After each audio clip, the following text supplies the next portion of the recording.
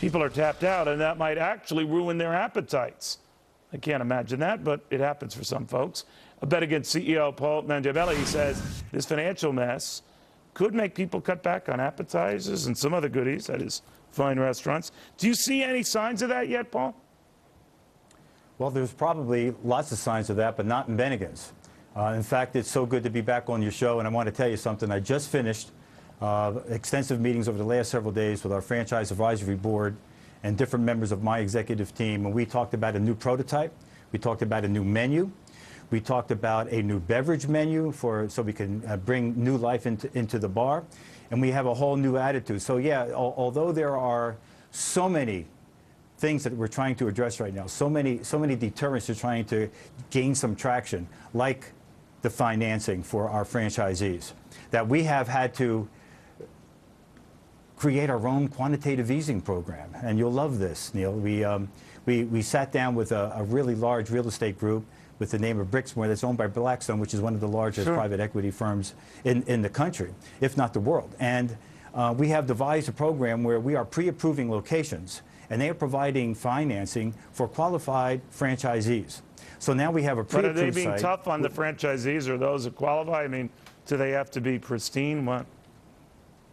Well, of course, they're going to have a pretty good credit score and have some equity that they're going to put into the operation.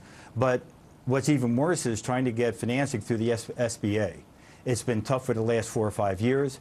It hasn't been easing, and it's so contradictory to me because you and I talked about this before.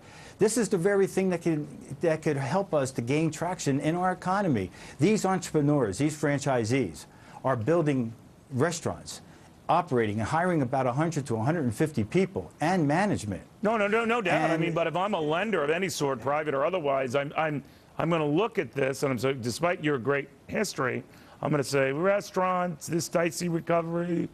I know it's Bennigan's, whatever. Not so sure. Do you run into much of that?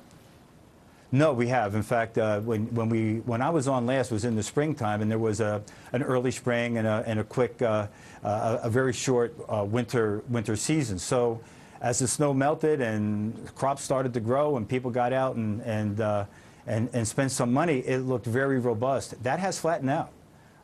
We are not in negative sales territory, but it has flattened out. So this energy and this enthusiasm. Then, Paul? I'm sorry, your customers, do they? Obviously, they rejigger the type of normal meals they have, right? I mean, or do they? Do they err on cutting back on any part of the meal? Yes, they are. I mean, and that's why creative operators will bundle some meals. So they have an appetizer and an entree and a dessert at a special price point so that you can still sell those, but not as individual entrees or appetizers or desserts, but as a bundle price. But yes, we have seen a sensitivity to it. And we have seen a sensitivity to that for several months now. But has it changed in any way, Paul, over the last few months? We're told the economic numbers have been looking better, people opening their wallets a little more. Then I hear, unfortunately, they're doing so by going into more debt. What are they doing? What has changed in the last few months, if anything? I think what we're seeing, I mean, not just in Bennigan's, but in all eating establishments, we're seeing that the frequency of dining out has slowed down.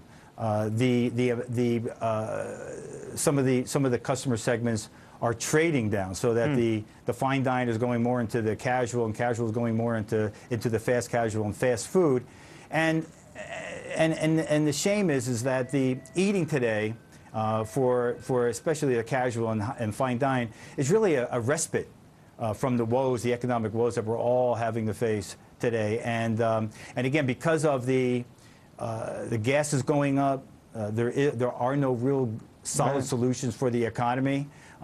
The unemployment, I think, you know, we're hearing that it's improving, but I don't know that if it's improving as much as people just gave up looking for a job. Well, I think the latter I think the latter is the case. But Paul, hang in there, be well. You got a lot of novel ideas. Take care. Okay. Hey, by the way, I have a great piece of new cheesecake just for you. Really? I was thinking about you. We will talk, young man. We will talk. It's on the new menu.